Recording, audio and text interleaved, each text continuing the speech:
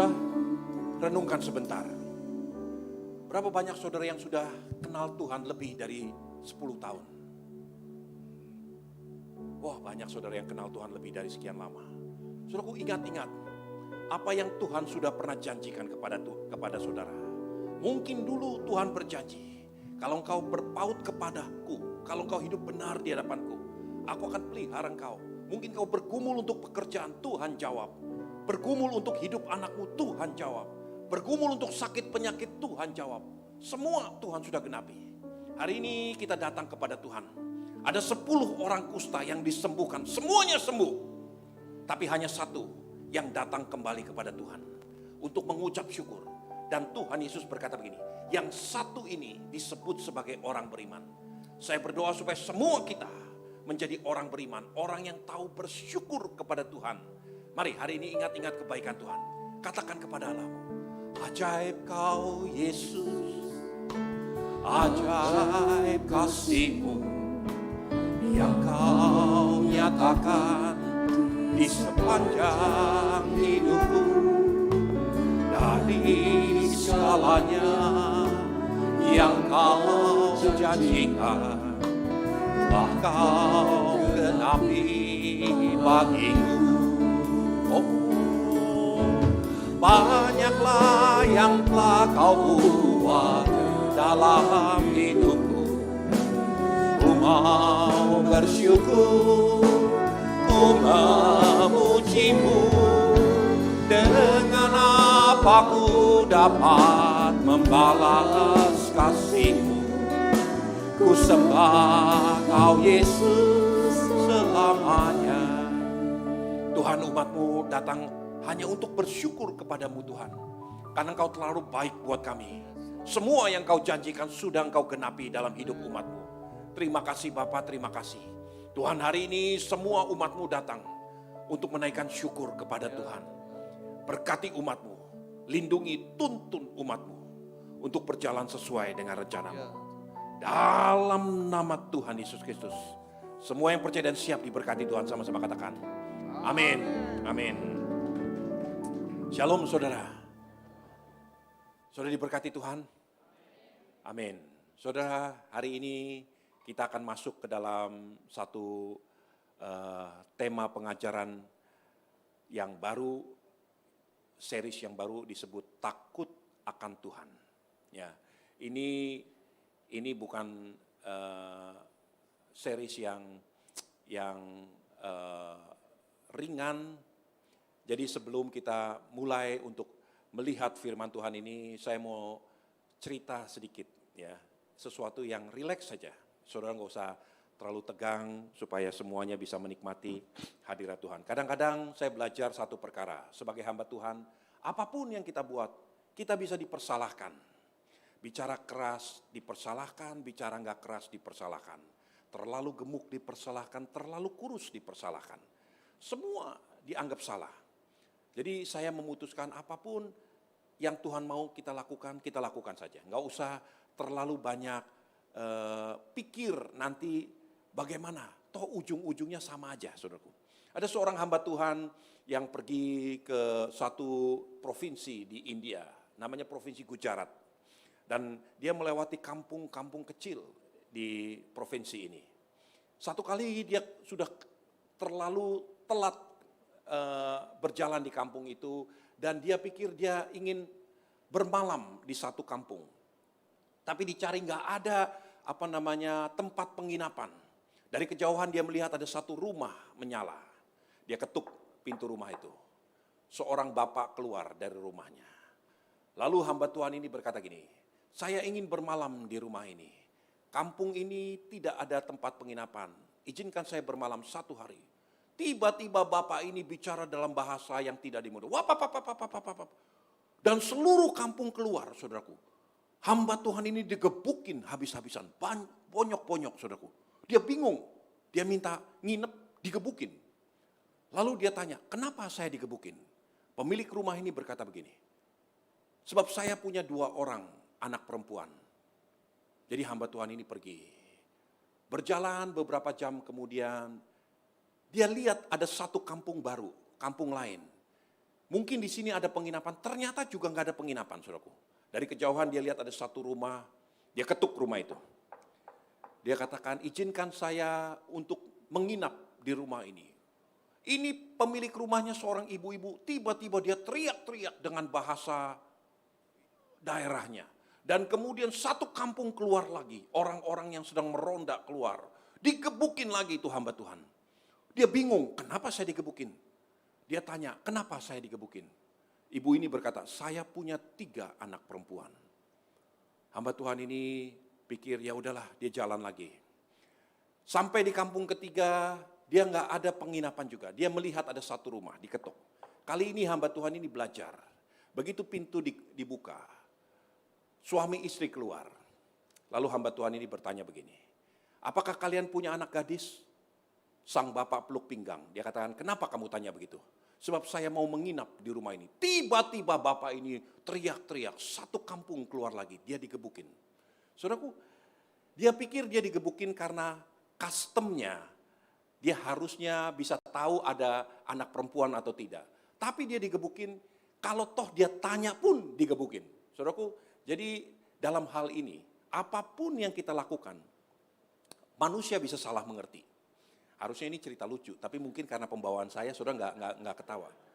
Saudaraku, ini telat saudara ketawanya. Saudara, oke lah. Sekarang kita masuk ke dalam pembahasan kita yang firman Tuhan hari ini. Nah, saudaraku, hari ini kita akan belajar satu kebenaran firman Tuhan tentang apa yang Tuhan ingin murid-muridnya memiliki. Ya.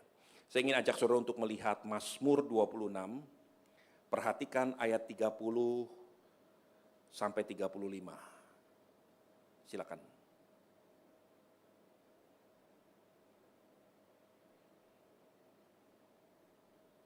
Matius 26 ayat 30 sampai 35. Sorry, Matius 26 ayat 30 sampai 35. Silakan. Oke. Matius 26 ayat 30 sampai yang ke-35. Judul perikop. Petrus akan menyangkal Yesus. Sesudah menyanyikan nyanyian pujian, pergilah Yesus dan murid-muridnya ke Bukit Zaitun. Maka berkatalah Yesus kepada mereka, malam ini kamu semua akan tergoncang imanmu karena aku. Sebab ada tertulis, aku akan membunuh gembala dan kawanan domba itu akan tercerai-berai. Saya pikir cukup sampai sini aja. Saudara perhatikan, ini adalah perkataan Tuhan Yesus pada hari terakhir sebelum dia disalibkan. Entah ini jam berapa waktu dia bicara, mungkin setelah sarapan, mungkin siang hari ketika dia duduk bersama-sama dengan murid-muridnya. Pada waktu Tuhan Yesus duduk bersama-sama dengan murid-muridnya, Tuhan Yesus mengingatkan satu perkataan, satu perkara yang murid-murid Tuhan perlu perhatikan. Dan ini satu hal yang supaya saudara semua di tempat ini juga perlu perhatikan. Dikatakan begini ayat 30, sesudah menyanyikan nyanyian pujian, pergilah Yesus dan murid-murid ke Bukit Zaitun. Maka berkatalah Yesus kepada mereka, malam ini kamu akan tergoncang imanmu karena aku. Sebab ada tertulis, aku akan membunuh gembala dan kawanan domba itu akan tercerai belai. Saudaraku, hari itu murid-murid Tuhan baru saja selesai melakukan ibadah. Mereka baru selesai menyanyikan puji-pujian, pengagungan bagi Tuhan. Baru selesai istilahnya satu ibadah raya seperti kita saat ini. Baru selesai memuji-muji, menyembah Tuhan. Lalu Tuhan berkata gini, hari ini, malam ini, kamu akan tercerai-berai. Kamu semua akan dikacau balaukan. Saudaraku, bukan hanya itu. Perhatikan Markus 14 ayat 50 sampai 52. Ini apa yang Markus katakan sebagai saksi mata. Markus 14 ayat 50 sampai 52. Silakan. Markus 14 ayat 50 sampai yang ke-52. Lalu semua murid itu meninggalkan dia dan melarikan diri. Ada seorang muda yang pada waktu itu hanya memakai sehelai kain lenan untuk menutup badannya mengikuti dia. Mereka hendak menangkapnya, tetapi ia melepaskan kainnya dan lari dengan telanjang. Saudara lihat, bukan hanya mereka tercerai-berai, bukan hanya mereka dikacau balaukan, bahkan ada satu orang murid, anak muda, Tidak disebut namanya, sampai dia telanjang bulat dikejar-kejar karena ketakutan apa yang terjadi dengan Yesus. Saudara bayangkan, ini terjadi terhadap murid-murid Tuhan. Orang-orang yang pagi, siang, sore tinggal bersama-sama dengan Tuhan. Makan bersama-sama dengan Tuhan. Mendengarkan firman Tuhan tiap-tiap waktu. Melihat tangan Tuhan melakukan mujizat demi mujizat. Bahkan mungkin tidak sedikit dari mereka mengalami mujizat-mujizat Tuhan. Dan Tuhan katakan, malam ini kalian semua akan tercerai-berai. Bahkan ada yang dipermalukan karena lari terbirit-birit dengan telanjang. Saudaraku, itu terjadi 2000 tahun yang lalu. Terjadi kepada anak-anak Tuhan, hamba-hamba Tuhan yang ujung-ujungnya disebut sebagai para rasul yang membangun faham-faham fondasi bagi gereja-gereja hari-hari ini. Saudaraku, kalau dalam konteks hari ini, yang saudara dan saya lihat tiap-tiap hari, hampir tiap hari, ada masalah baru, ada kasus baru. Si itu ketangkep KPK, si itu ketangkep PPATK. Dan ini anak-anak Tuhan. Ada yang suami istri. Bahkan saya dikasih tahu itu ternyata teman daripada anaknya Pak Purba. Anaknya adalah teman daripada anak Pak Purba. Ditangkap KPK, suami istri masuk penjara. Saudaraku, anak-anak Tuhan. Kalau saudara lihat peristiwa-peristiwa YouTube yang mereka sering tampilkan, itu ibadah di gereja, ibadah di rumah tangga, tepuk tangan, ketawa ketiwi, nyanyi-nyanyi puji Tuhan. Kemudian diborgol dengan kepala tertunduk. Bahkan ada hamba Tuhan menutup mukanya dengan kepala tertunduk. Karena malu, dipermalukan. Saudaraku, Tuhan sudah bicara kepada murid-muridnya. Malam ini, kalian akan tercerai-berai karena aku. Dan ada yang bahkan dipermalukan. Saudaraku, saya renungkan, kalau ini bisa terjadi kepada hamba-hamba Tuhan. Para rasul, orang-orang yang disebut murid-murid Tuhan. Bagaimana dengan kita? Nah, saudaraku, saya rindu betul-betul dalam series ini. Saudara perhatikan sungguh-sungguh. Dan saudara sungguh-sungguh belajar satu perkara. Karena ini menjadi beban, saudaraku. Bertahun-tahun saya melayani Tuhan, saya temukan, kita sering mendengar, kita sering mengucapkan. Tapi belum tentu kita memahami artinya. Nah, saudaraku, hari ini kita akan belajar satu perkara yang disebut takut akan Tuhan. Jika saudara perhatikan dari seluruh perjanjian baru, keempat Injil, ada berkali-kali kesempatan Tuhan Yesus mengajarkan murid-muridnya, takutlah akan Allah. Beginilah engkau harus takut akan Tuhan dengan dalam perbuatan, dalam usaha, dalam percakapan sehari-hari. Tapi tidak ada satupun referensi di mana murid-murid Tuhan itu betul-betul hidup dengan takut akan Tuhan. Sudah tahu siapa orang pertama di dalam perjanjian baru yang membuktikan bahwa dia itu hidup dengan takut akan Tuhan? Seorang penjahat yang disalibkan di sebelah Yesus. Dia menegur penjahat lainnya dan dia berkata begini, tidakkah engkau takut juga kepada Tuhan karena kita menerima hukuman yang setimpal dengan Tuhan? Kita memang layak dihukum, tapi dia itu benar. Tidakkah engkau takut akan Tuhan? Saudaraku, itulah orang pertama di dalam perjanjian baru yang mendeklarasikan bahwa di dalam dirinya ada roh takut akan Tuhan. Kemudian pada akhirnya Tuhan Yesus berkata begini, hari ini juga engkau akan bersama-sama dengan aku di Firdaus. Saudaraku, saya ingin sampaikan, takut akan Tuhan itu menjaga, memberikan satu fondasi supaya saudara tidak goyah dalam segala perkara. Saudara semua, anak-anak Tuhan, siapapun saudara, termasuk saya, kita akan mengalami goncangan satu kali. Entah itu goncangan secara ekonomi, goncangan secara rumah tangga, goncangan dalam segala perkara. Saudara dan saya pasti akan mengalami goncangan, sekalipun engkau adalah anak-anak Tuhan. Tetapi akan nyata bedanya. Orang-orang yang takut akan Tuhan, dalam goncangan sekalipun, dia akan tetap teguh dan keselamatan dari Tuhan turun atasnya. Tetapi kalau saudara tidak memiliki yang namanya roh takut akan Tuhan, goncangan itu akan menghempaskan, akan mencerai-beraikan, mengacau balaukan, bahkan akan mempermalukan saudara dan saya. Saudaraku, terlalu banyak contoh yang kita sudah lihat, saya pribadi melihat.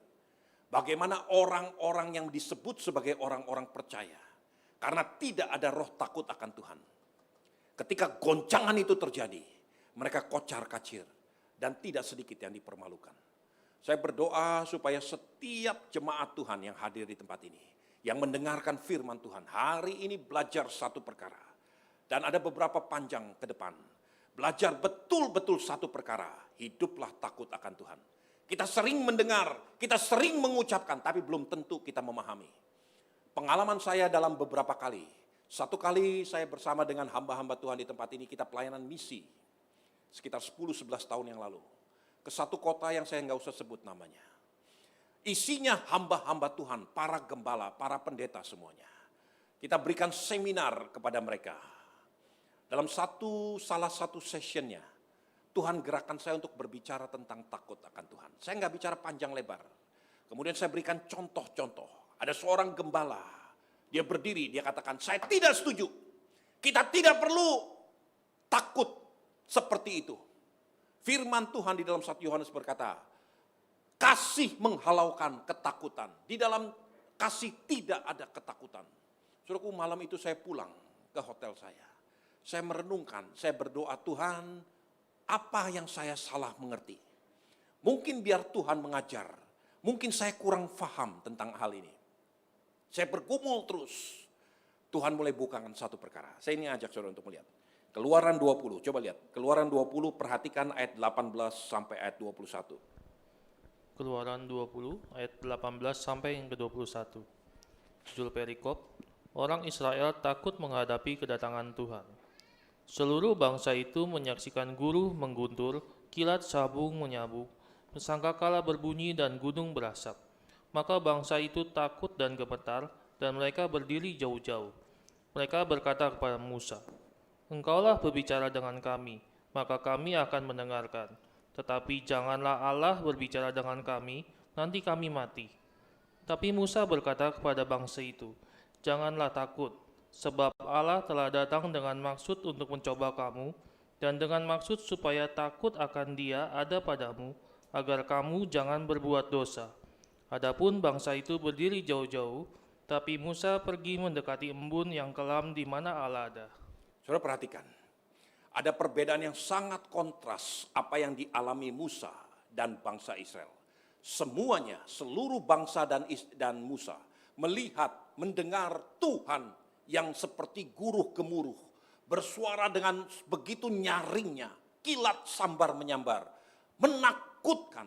Lalu bangsa itu berdiri jauh-jauh, menyembunyikan diri. Dan mereka mendesak Musa. Mereka katakan, jangan Tuhan bicara dengan kami. Kalau kami mendengar Tuhan bicara, kami pasti mati. Lalu mereka mendorong Musa, supaya Musa sendiri yang bicara. Lalu Musa berkata begini, jangan takut. Tuhan melakukan semua itu tujuannya supaya takut akan Tuhan ada padamu. Perhatikan kembali lagi apa yang Musa katakan. Jangan takut, tapi semua itu Tuhan lakukan supaya takut akan Tuhan ada padamu. Lalu bangsa itu berdiri jauh-jauh, menyembunyikan diri. Musa justru mendekat, masuk ke dalam awan itu dan berbicara dengan Tuhan. Saudaraku, ada dua perbedaan antara takut atau ketakutan dengan takut akan Tuhan. Being scared of God dan the fear of God, itu dua hal yang berbeda. Saudaraku, ketika saya mulai merenungkan kebenaran ini, apa yang tadi hamba Tuhan itu katakan, sebetulnya pengertian dia diaduk-adukan antara ketakutan dengan takut akan Tuhan. Bangsa Israel itu ketakutan, tapi Musa itu takut akan Tuhan. Musa mendekat kepada suara di mana Tuhan itu berbicara. Saudaraku, ini hal yang sangat penting. Kalau seorang hamba Tuhan sendiri pun belum tentu paham tentang kebenaran ini, apalagi jemaat. Sehingga saya ingin pelan-pelan untuk bicara supaya semua kita, gereja Tuhan, betul-betul sadar dan mengerti bahwa takut akan Tuhan itu penting buat saudara dan saya. Saudaraku, kembali lagi apa yang terjadi dengan Musa. Di Keluaran 33 awalnya Musa pernah berdoa kepada Tuhan. Dia katakan, Tuhan, izinkan aku melihat wajah-Mu. Let me see your face. Allow me to see your glory. Kemuliaan-Mu. Lalu Tuhan berkata begini, Musa, engkau tidak akan tahan melihat mukaku. Karena tidak seorang pun yang melihat wajahku akan tetap hidup. Kenyataannya di kitab Bilangan, satu kali Tuhan berkata kepada berkata kepada bangsa Israel. Tuhan berkata begini, kalau ada nabi di antaramu, aku bicara seperti ini, dan sebagainya. Tetapi tidak demikian dengan Musa. Berhadapan muka dengan muka, aku dengan Musa. Kenapa Musa tetap hidup? Tadi Tuhan berkata, tidak seorang pun akan melihat wajahku dan tetap hidup. Tetapi sekarang bahkan Tuhan mengkonfirm bahwa Musa berbicara dengan Tuhan muka dengan muka. Apa yang terjadi dengan Musa? Saudaraku, lihat apa yang firman Tuhan katakan. Amsal 19 ayat 23. Amsal 19 ayat 23. Takut akan Allah mendatangkan hidup, maka orang bermalam dengan puas tanpa ditimpa malapetaka. Takut akan Allah mendatangkan hidup. Orang akan bermalam dengan puas tanpa ditimpa malapetaka. Saudaraku, saya ingin sampaikan, gereja Tuhan, perhatikan sungguh-sungguh. Belajar takut akan Tuhan. Karena itulah yang akan mendatangkan hidup. Itulah yang akan membuat engkau berada dalam segala perkara dengan tenang, dengan aman. Engkau terhindar dari segala jerat maut karena takut akan Tuhan. Saudaraku, saya ingin ajak saudara untuk belajar satu perkara ini. Saya kasih satu kesaksian. Tadinya saya mau tampilkan fotonya. Tapi karena ini foto orang, jadi saya pikir nggak etis saya bicara. Beberapa tahun yang lalu, saya ada pernah sampaikan di tempat ini. Saya punya satu transaksi, jual tanah, dan dibantu oleh seorang agen. Singkat cerita, agen itu merasa nggak puas setelah terima komisinya. Dia laporkan saya ke polisi, saudaraku. Saya dilaporkan ke polisi. Di Kupang, saya dilaporkan.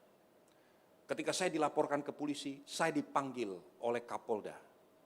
Dan kemudian saya dilakukan penyelidikan. Saya di BAP semuanya. Saya buktikan semua bukti-bukti. Kontraknya, transfer slip-nya pun saya masih ada. Semua saya tunjukkan. Sampai polisi itu bingung. Lalu apa yang dipermasalahkan? Saya bilang, ya ini orang nggak puas lah. Pengen minta lebih. Polisinya menjadi begitu marah. Dia bilang, Bapak, dia tahu saya hamba Tuhan. Dia katakan, Pak Pendeta, Bapak tenang saja. Bapak tanda tangani laporan ini. Kami akan proses orang itu. Saya bilang, gak usah. Biarkan, saya udah cukup tenang bahwa ini udah selesai sampai di sini. Silakan Bapak pulang. Beberapa hari kemudian keluar SP3. Semua penyelidikan digugurkan. Karena dibuktikan memang gak ada apa-apa. Polisi menawarkan untuk saya gugat balik. Untuk saya perkarakan, saya bilang gak perlu. Saya gak mau bolak-balik urusan begini. Udah, urusan saya udah selesai. 3 minggu yang lalu ada seorang teman di Kupang memberitahu kepada saya kasih tahu istri dan anak-anak saya. Pak, ini orang yang ingin mencelakakan Bapak. Bulan lalu dia ditangkap polisi. Dijebloskan ke dalam penjara. Karena apa? Karena dia mengancam si itu, si ini. Dengan ancaman-ancaman. Akhirnya ditangkap. Dan dia dijebloskan ke dalam penjara. Waktu saya mendengar semua itu, saya mengerti. Tuhan akan hindarkan saudara dari jerat maut sekalipun. Saya ingin sampaikan. Bahkan Tuhan akan hindarkan saudara dari tanganmu mengotori darah. Pada waktu itu saya teringat kepada apa yang terjadi dengan Daud. Daud ingin membalas dendam kepada Saul. Daud bisa lakukan sesuatu, tapi tangan Tuhan mencegah tangan Daud untuk berlumuran darah. Biarkan Tuhan sendiri yang bekerja. Baru setelah saya mengerti semua itu, takut akan Tuhan akan menghindari saudara dari jerat maut sekalipun. Tuhan akan menjaga keluar masukmu. Tuhan akan melindungi saudara. Belajar takut akan Tuhan. Saudaraku, firman Tuhan katakan tadi, Musa meminta untuk melihat wajah Tuhan. Dan Tuhan katakan gak bisa kamu melihat wajahku. Karena gak ada yang pernah hidup. Kecuali Musa belajar untuk hidup takut akan Tuhan. Kemudian Musa memandang wajah Tuhan, muka ketemu muka. Dan Musa tetap hidup. Bahkan dia bersinar, memancarkan sinar kemuliaan Tuhan. Nah saudaraku, saya ingin ajak saudara betul-betul mengerti kebenaran ini. Takut akan Tuhan membuat saudara dan saya tetap hidup. Bahkan terhindar dari jerat maut sekalipun. Takut akan Tuhan akan memastikan keselamatanmu tidak akan pernah tergoncangkan. Saudara boleh menyebut dirimu sebagai murid sekalipun. Belajar dari Tuhan Yesus sekalipun. Tiap-tiap hari ada dalam sinagog, dalam rumah ibadah. Memuji-muji Tuhan. Mereka baru selesai menyembah, menyanyikan puji-pujian bagi Tuhan. Dan Tuhan katakan malam ini, imanmu pasti akan tergoncang. Kenapa? Karena mereka belum mengerti. Dan belum menghidupi satu kebenaran ini. Belajar takut akan Tuhan. Setelah mereka belajar, setelah mereka berjalan dalam takut akan Tuhan, saudara tahu apa yang terjadi? Mereka menjadi pribadi yang berbeda total. Petrus berbicara dengan lantangnya, dengan beraninya, sampai di hadapan kepala mahkamah agama. Dan mereka menantang Petrus. Petrus bisa berkata begini, haruskah aku takut kepada manusia lebih daripada takut kepada Tuhan? Kenapa Petrus bisa berubah? Kenapa dia bisa menjadi pribadi yang berbeda? Kenapa imannya tidak lagi tergoncangkan? Karena Petrus hidup dengan takut akan Tuhan. Saudaraku gereja Tuhan, saya rindu supaya semua kita di tempat ini belajar satu perkara, takutlah akan Tuhan. Nah saudaraku, pelan-pelan dalam beberapa waktu ke depan, saudara ikuti sungguh-sungguh supaya betul-betul saudara belajar satu kebenaran ini. Saudaraku, saya ingin ajak saudara untuk melihat apa yang terjadi dengan dua penjahat yang ada di sebelah kanan, sebelah kiri salibnya Yesus. Dan dua penjahat ini mencerminkan banyak tentang gereja Tuhan hari-hari ini. Coba perhatikan Lukas 23 ayat 39 sampai 40. Lukas 23 ayat 39-40. Seorang dari penjahat yang digantung itu menghujat dia katanya, "Bukankah engkau adalah Kristus? Selamatkanlah dirimu dan kami." Tapi yang seorang menegur dia katanya, "Tidakkah engkau takut? Juga tidak kepada Allah, sedang engkau menerima hukuman yang sama?" Amin. Saudara perhatikan. Ada dua penjahat. Dua-duanya predikatnya penjahat. Di kanan dan di kiri Yesus. Tapi dua pribadi ini mempunyai dua karakter yang berbeda. Yang satu berkata begini, "Hai Yesus, kalau engkau benar-benar Kristus, selamatkan dirimu dan selamatkan kami juga." Sekalipun dia jahat, sekalipun dia tidak takut akan Tuhan, dia juga kepingin selamat. Bukankah itu banyak seperti orang-orang dalam gereja hari-hari ini? Berdoa minta diselamatkan, minta diberkati Tuhan, minta ditolong Tuhan. Tapi belum tentu ada roh takut akan Tuhan. Menyanyi-nyanyikan puji-pujian, selamatkan kami ya Tuhan. Sama seperti penjahat yang ada di sebelah Yesus. Selamatkan dirimu dan selamatkan kami juga. Ini tipe orang-orang yang banyak di dalam gereja. Tapi yang satu lagi berkata begini, menegur dengan keras, "Tidakkah engkau takut akan Allah? Kita menerima hal yang sama seperti Tuhan. Kita memang layak untuk menerima hukuman, tapi dia tidak layak menerima hukuman ini. Tidakkah engkau takut akan Allah?" Saudara lihat, perbedaan karakternya. Yang satu dengan angkuhnya menuntut keselamatan, menuntut berkat, menuntut pertolongan Tuhan. Sekalipun dia tidak takut akan Tuhan. Yang satu berkata, "Tuhan, aku gak layak. Aku memang layak untuk dihukum. Ingat aku kalau engkau datang sebagai raja." Tuhan katakan malam ini juga, hari ini juga, "You shall be with me in paradise." Engkau akan bersama-sama dengan aku di Firdaus. Saudaraku, saya ingin sampaikan, apa yang Tuhan lakukan, apa yang terjadi, keselamatan itu hanya turun bagi orang-orang yang takut akan Tuhan. Saudaraku, saya ingin buktikan kepada saudara. Perhatikan firman Tuhan ini. Perhatikan Kisah Rasul 13 ayat 26.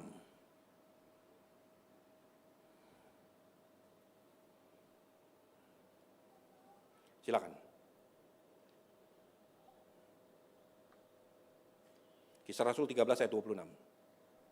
Kisah Rasul 13 ayat ke-26. "Hai saudara-saudaraku, baik yang termasuk keturunan Abraham maupun yang takut akan Allah, kabar keselamatan itu sudah disampaikan kepada kita." Saudaraku, terjemahan yang tepat itu berkata begini, kabar keselamatan itu sampai kepada siapa? The children of Abraham and those who fear God. Jadi dua hal, bukan maupun. The children of Abraham dan yang takut akan Tuhan. Siapa the children of Abraham? Galatia 3 berkata gini, kita yang percaya kepada Kristus, kita juga disebut sebagai keturunan Abraham.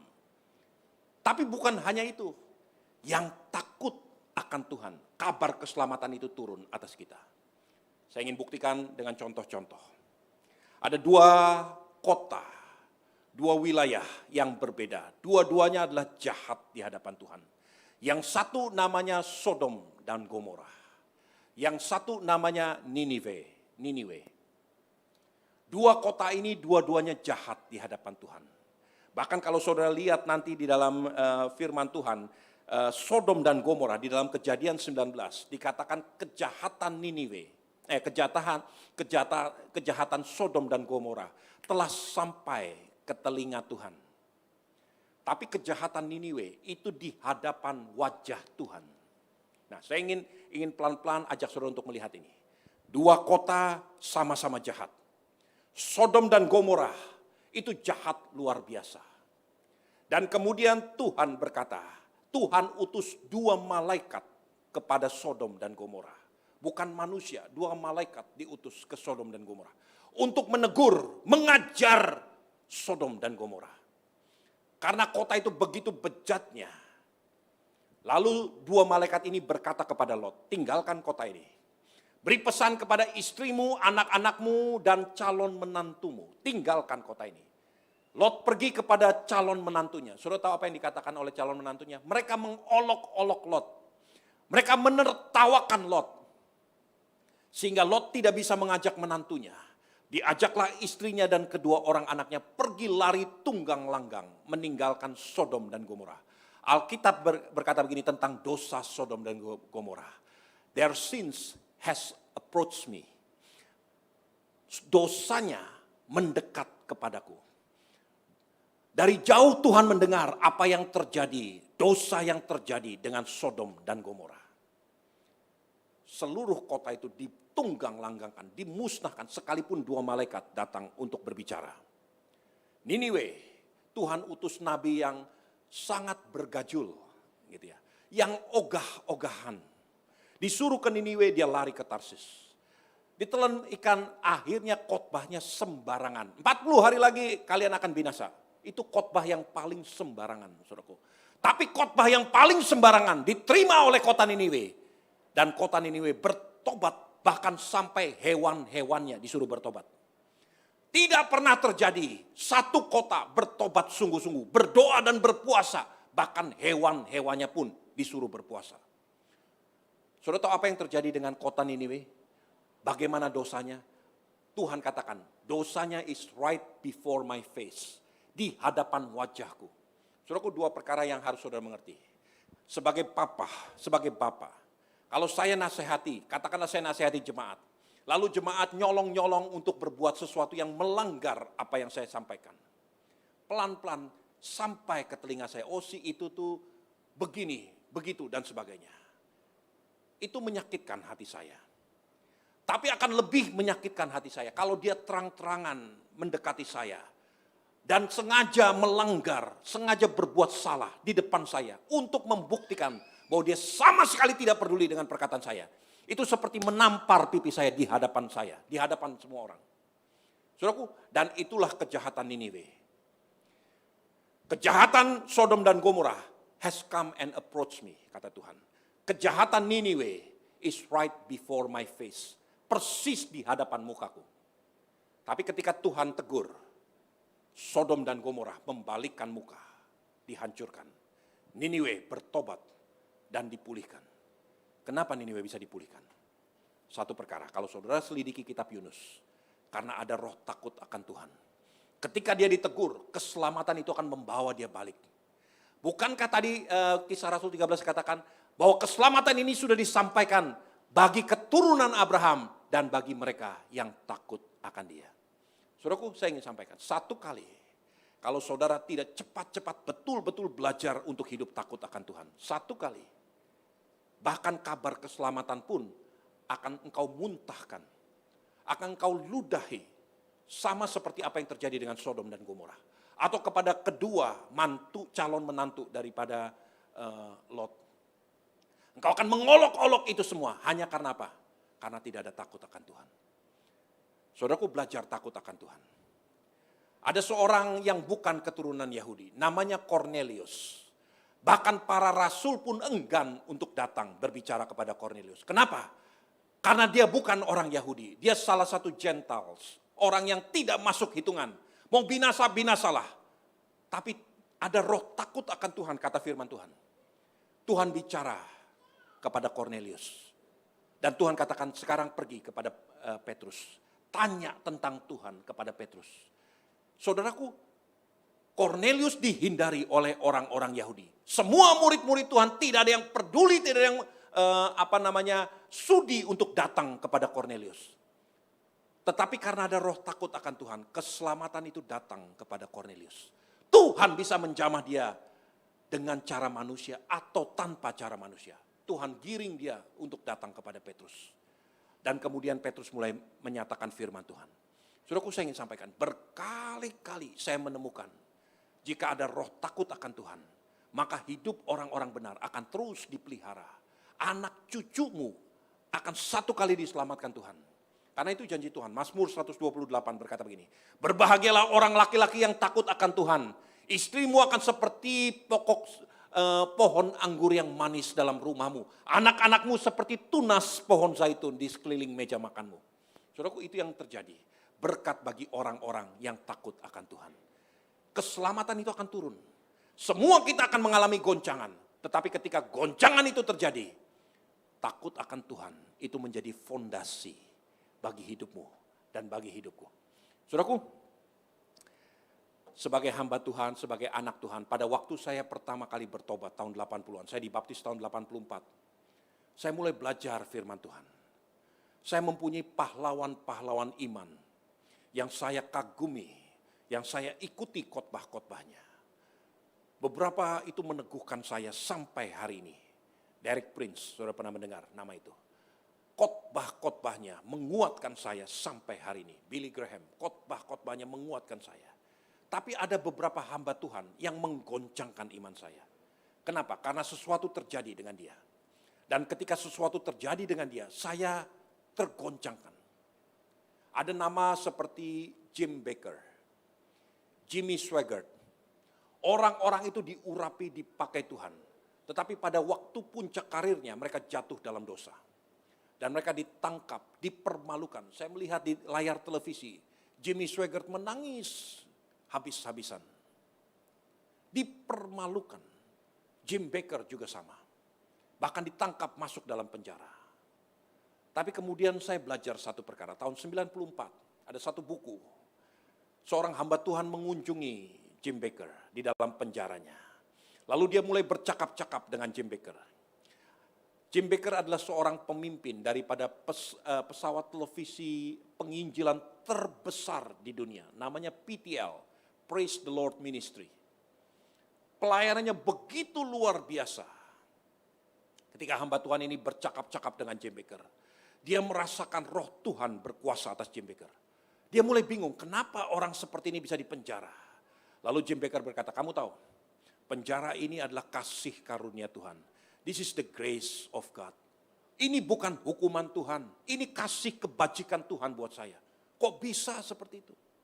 Sebab kalau tanpa penjara ini, saya pasti gol masuk neraka, kata Jim Baker. Dia berkata sendiri tentang dirinya. Lalu dia mulai bercerita. Hamba Tuhan ini bertanya kepada Jim Baker, Jim, izinkan saya bertanya, kapan kamu meninggalkan kasihmu kepada Tuhan? Jim Baker dengan tegas dia katakan, I never did. I love my God all the way through. Aku gak pernah tinggalkan kasihku kepada Tuhan. Aku tetap mengasihi dia selama sampai dari dulu sampai sekarang. Tapi aku tidak takut akan Tuhan. Saudaraku, ini seperti kilat di siang hari bolong buat saya. Orang bisa mengasihi Tuhan, tetapi tidak ada takut akan Tuhan. saya betul-betul tergoncangkan dan saya katakan, Tuhan, ajar saya untuk mengerti tentang hal ini. Supaya jangan saya pikir saya selamat. Jangan saya pikir saya mengasihi Tuhan. Tetapi karena tidak ada takut akan Tuhan. Satu kali ketika terjadi sesuatu, tersingkaplah bahwa ternyata nggak ada fondasi dalam hidup kekristenan saya. Saudaraku, demi kasih Kristus saya ingin sampaikan, belajar takut akan Tuhan. Kalau saudara belajar takut akan Tuhan, hidupmu akan aman, fondasimu kokoh. Apapun yang terjadi, you will be okay. Karena takut akan Tuhan menjadi pelindung bagi saudara. Terus belajar dan kita lihat nanti di waktu-waktu ke depan saudara akan belajar untuk mengerti lebih dalam lagi tentang takut akan Tuhan ini. Mari tundukkan kepala, hamba-hamba Tuhan saya undang maju ke depan.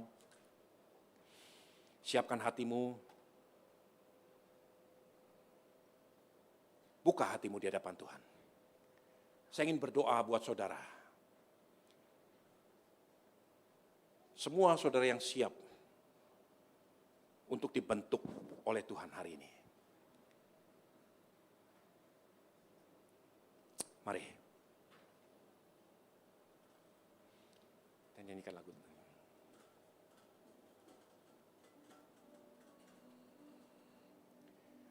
We choose the fear of the Lord. We choose the fear of the Lord. For the fear of the Lord is to hate all evil. We choose the fear of the Lord. Saudaraku, saya ingin berdoa buat semua saudara. Semua tutup mata. Saudara mendengar firman Tuhan. Sekarang bertanya kepada dirimu sendiri, Tuhan, selama ini saya pikir saya sudah mencintai Tuhan. Ternyata belum ada roh takut akan Tuhan. Saya mau berdoa Tuhan supaya roh takut akan Tuhan turun dalam hidupmu. Kalau itu saudara, hari ini angkat tanganmu di hadapan Tuhan. Letakkan tanganmu sendiri di dadamu. Katakan kepada Allahmu, aku memilih untuk takut akan Dia. We choose the fear of the Lord. We choose the fear of the Lord. For the fear of the Lord is to hate all evil. We choose the fear of the Lord. Tuhan, hari ini hamba berdoa untuk setiap tangan yang tertumpang di dada masing-masing. Biar roh takut akan Tuhan termanifestasi dalam hidup umat-Mu. Biar kami terus belajar dan dipimpin. Biar kesukaan kami adalah takut akan Kau. Biar gereja-Mu dipulihkan mulai hari ini sampai selama-lamanya. Tuhan terus ajarkan umat-Mu Tuhan Yesus. Supaya mereka hidup benar di hadapan-Mu. Supaya kami hidup berkenan di hadapan-Mu. Dalam nama Tuhan Yesus Kristus.